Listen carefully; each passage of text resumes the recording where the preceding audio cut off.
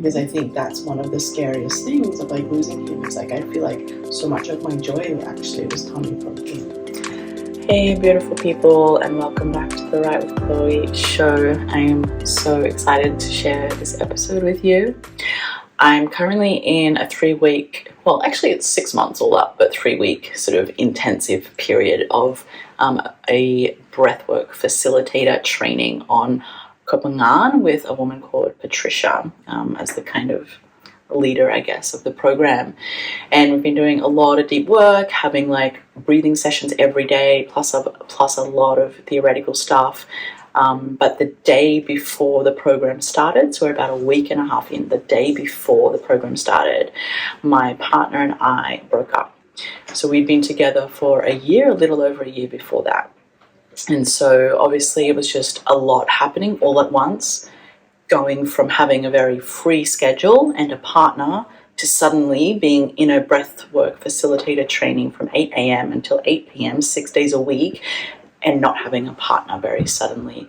And so, of course, there's been a lot of like grief and emotion and all of the things coming up, which is super normal. And it happens for everyone that goes through the program. Just the issues that come up for people are different. But for me, it was a lot of grief and sort of existential dread about being alone, I guess. And so I decided to have a one-on-one sit-down chat to get some extra support from Patricia, the organizer of the program, and just to get some help from her about how to navigate this grief. I do feel like I was already on my own navigating it in a much healthier way than I have ever done in my entire life before. But I could still see like gaps where I didn't have full clarity about how to really hold myself and support myself through this time, and use it as an opportunity for growth alongside the mourning. And so what you're about to see is a recording of the session or the conversation really, that Patricia and I had so that she could help me get a bit more clarity. So it is a little bit dense, so just know that if stuff doesn't land, if you only understand like half of it or even half of what we're talking about, just know like that's okay, right? It's totally okay. Even if you just take away a couple of key elements and just let the rest go, it's like 10 out of 10 perfect. So I invite you to sort of, lower your standards around that. And I hope you really enjoy the vulnerability and I guess kind of seeing the behind the scenes. I wanted people to see the behind the scenes of what it looks like to actually be doing inner work. I think it's easy to see coaches or whoever's holding space for you as this like polished, finished product, and to think you're the only one that has this chaos and this messiness and this confusion in the background. But actually that's not true. We all have that chaos and confusion to some degree, right? And it's just this one step in front of the other, one step in front of the other journey of getting ever more clarity and just learning how to hold ever more chaos and confusion, really. And so I wanted to give you insight into that, again, to help you sort of maybe lower some of the expectations that you're perhaps putting on yourself around this sort of inner work journey that you're on. So enjoy. And if this episode is helpful for you, please share it with someone that you love. Share it on social media, send it to them in a private message, whatever it is, or give us a rating. That's also always appreciated. All right, enjoy. Going into the story, or if you were like being in the sensation, what was there? And I have different perceptions about it. I never say like, yes, 100% is this or not. Wait, can I tell you first to just orient, because I can't even remember what was in that voice note. Okay, yeah. So I guess what I'm struggling with and what I wanted to talk about is I feel like when I'm in the breathwork facilitated training container, or even if I'm at home alone and I'm moving emotion with music or something like that, then I feel comfortable like meeting my sadness. But what I'm struggling with, and for the first like week after my boyfriend and I broke up, I had a lot of work on, so my evenings weren't free. And so it was okay. I was coming here to the training and doing the grieving here and then going home and working and then sleeping. And now the work has gone back to normal levels. And so I'm going home of an evening. I have nothing to do. Yeah. And it's like, yeah, I feel like I know how to grieve within this like container or allocated time. But then when it's like, oh, let's just walk around the house to cook some food or go to the toilet. Mm-hmm. And then it's like, oh, that's like the plates that we bought together, or like this is the whatever. Like, it's like that kind of in like that mundane space that I feel like unable to hold stuff and unsure about when mental narratives are just feeding it and fueling it versus when it's like real emotion in the body wanting to be processed. Yeah, so I hear that also, there is a presence that is still in your life. Like there is an object that you're going to remember that. So it is normal also that this is happening as a process of grief. Yeah, like when someone passes away and we have like the remembering, the picture, this is something that is healthy. Okay. Because in the moment that you are bypassing that, you are bypassing the process of grieving it itself. Okay. Yeah. So there is no need to like suppress that or not wanting that to happen.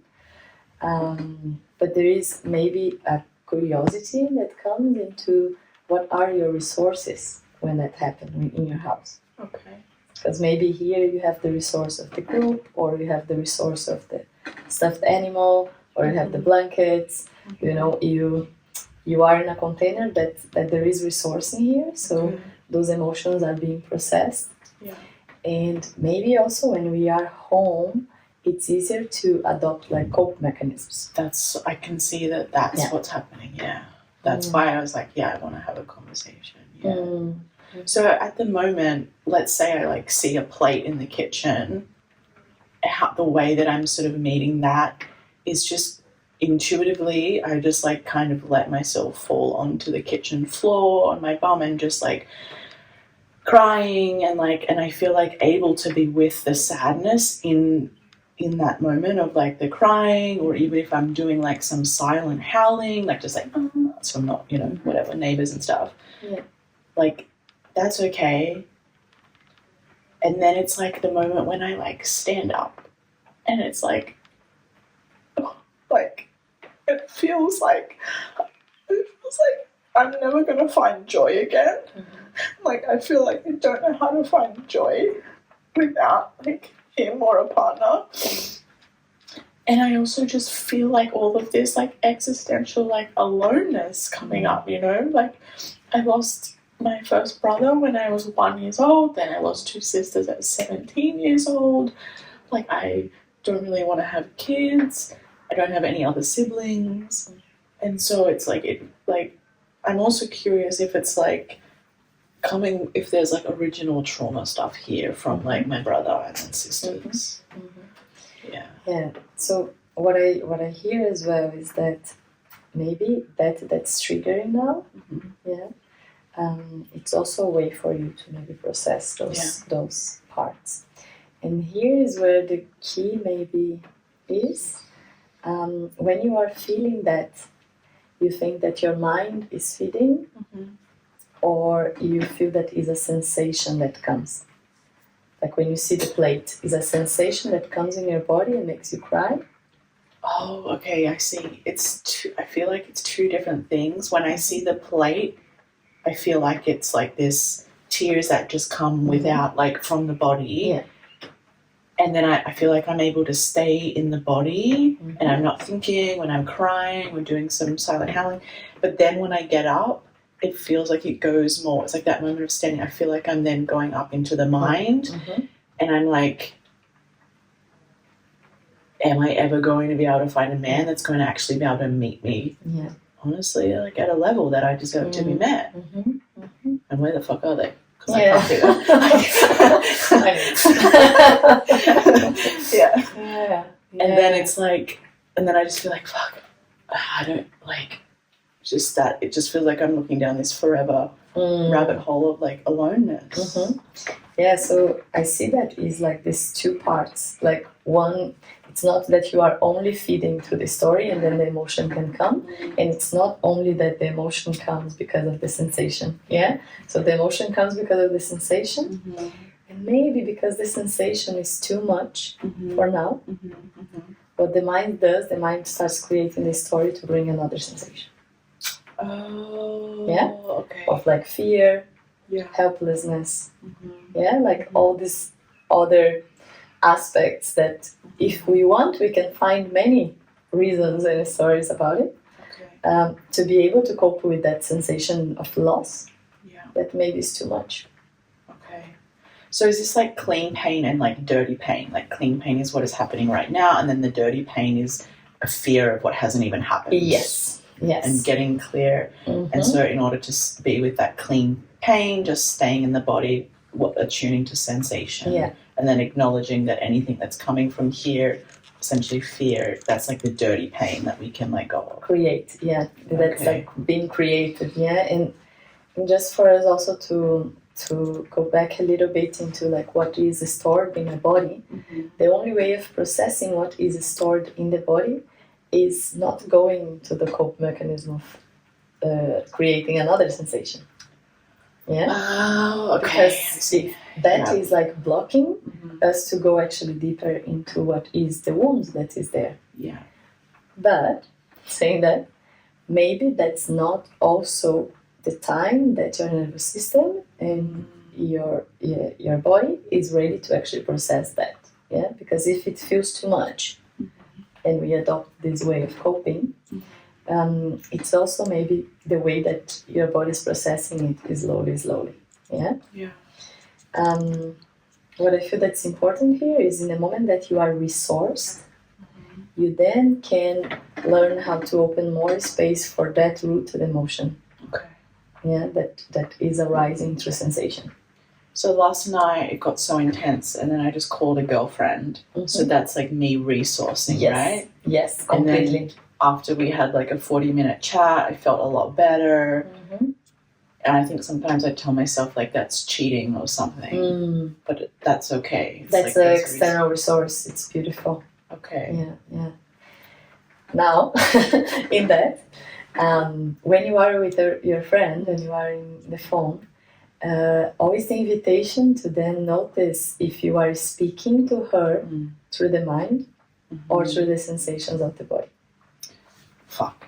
Always the mind, right? Exactly. Because if not, you are feeding the story. And then it's another sensation that you want to have.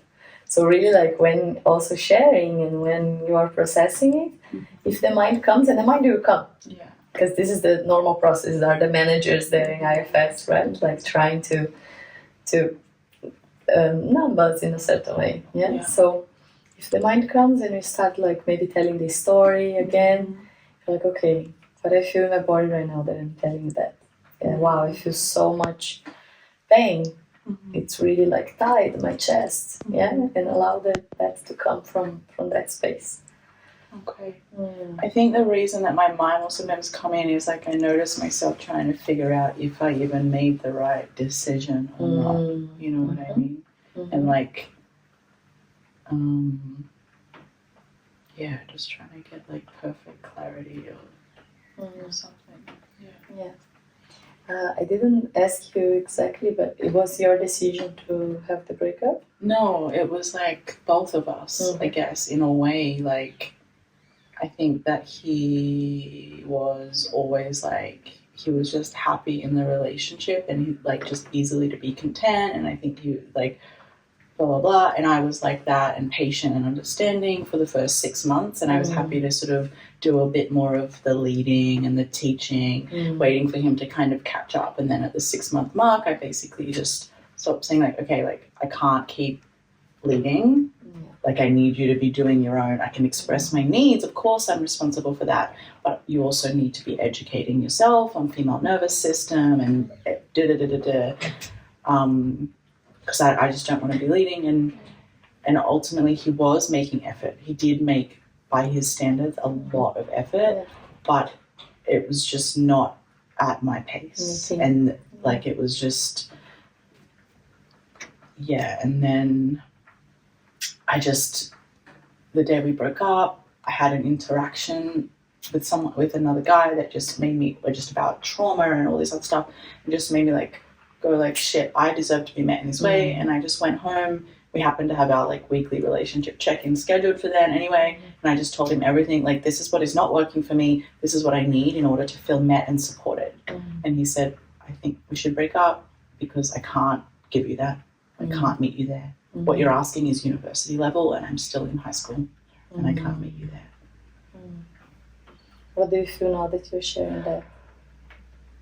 I feel like it's so sad because I just like love him so much, and I love being around him and his company and his like conversation and our lifestyle together, like everything. And I just feel like it breaks my heart when people can't see their potential. Because in my mind, I'm like, you fucking can meet me, but you're choosing to not meet me. You're choosing to think that 10 minutes a day of inner work is enough. Like, that's a choice. But I get that, you know, obviously trauma and all that, it's so complex and multi-layered, and there's class differences and educational differences and stuff. So I feel like sadness but also frustration, like also like, oh, like wake up. Yeah, I see a lot of parts that are also wanting to be seen and met. Okay. And yeah, thank you for sharing. So I didn't have the full picture. So yeah, and I also feel that is a very natural need of the feminine to have someone to hold space and to have someone that is also teaching us. Instead of us being. And I see that so much in powerful women. We step in our power, and then it's hard to actually find that we're gonna be in our level. That's safe. So I also wanna acknowledge your courage to ask for what you need, and also your courage for sharing with him and putting the cards on to what you so need, because we don't need to compromise ourselves all the time.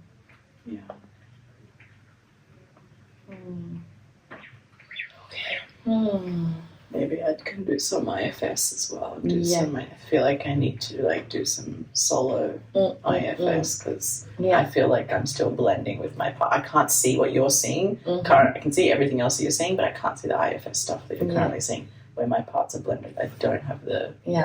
Can you say IFS in the camera? What it not show for? Internal family systems. How do you explain that? So internal family systems understand that we are all made of different parts, and those parts are all there to support us or to love us. But some parts are adopted when we are in the childhood, for example. So if something happened in the childhood and we have an exile that we call, that is like an emotion, and it's stored in us, it creates also another part that is a protector of that emotion. Because we couldn't feel that emotion, it creates a manager that we're gonna be protecting us onto feeling or tapping into it or not. So what happens is in our daily life, sometimes we are or touching one exile that is like our childhood. So maybe we are acting from this child part, without even knowing. And many times managers. So the managers are those that are creating thoughts, ideas, control, fear, to be able to keep our system protected. But many times they are not actually serving our system because they understand that we are still the child.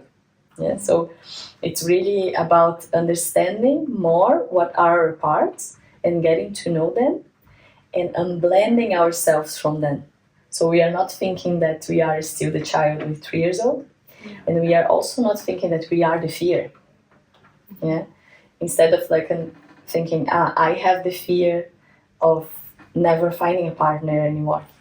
Instead of that, it's like there is a part of me that is afraid of being alone. And maybe this part is coming from this 7 years old that lost someone in the family, or the 10 years old. Yeah, so this part is still thinking that you are living in that moment. Yeah, and it starts creating the fear in now. Yeah. No, because it thinks that I can't survive on my own because still thinks I'm a small child.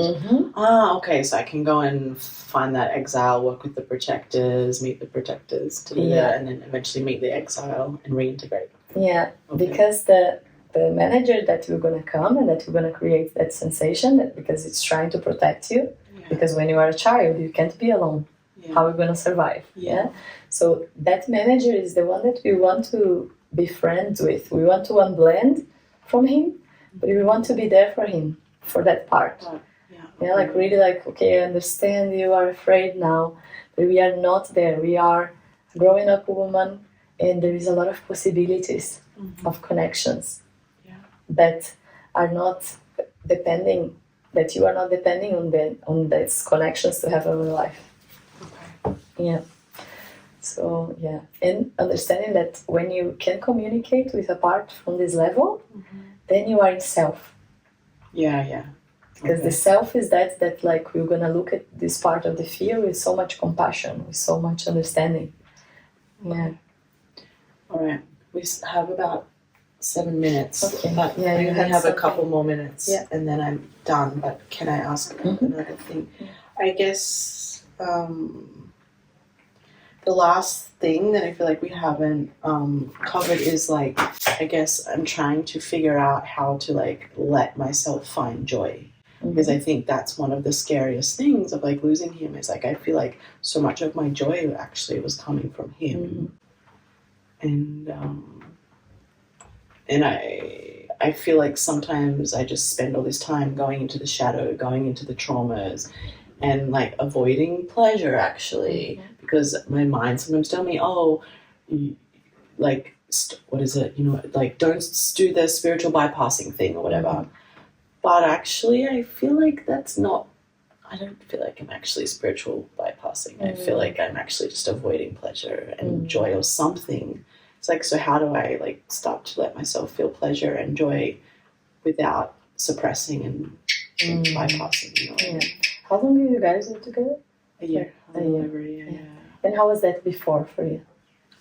Before I was with him? Yeah. What was your joy? What do you think that was connected your joy? My joy is like my work. When I'm like working, I'm in my life purpose. Like I've known from a really young age what I'm here to do. And so as long as I'm connected to that, then I feel a lot of joy. But work, I also can use work, and I do use work to bypass like stuff, right? It's like I don't feel anything. I mean, I don't have to feel the shitty feelings when I'm working. I'm like in touch with all of the excitement and the joy and the da-da-da. But and Muay Thai, I get a lot of joy from Muay Thai because I'm so like in my body and like covered in sweat.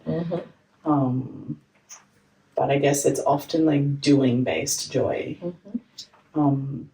I guess what I was thinking about doing is starting to retrain, like kind of Peter Levine, calling back the parts of my body and like self-pleasure, not masturbation, but as in like even before that, like identifying as a way of reintroducing sensation in the body, and also as a way of finding joy, starting to find where I can feel good in my body.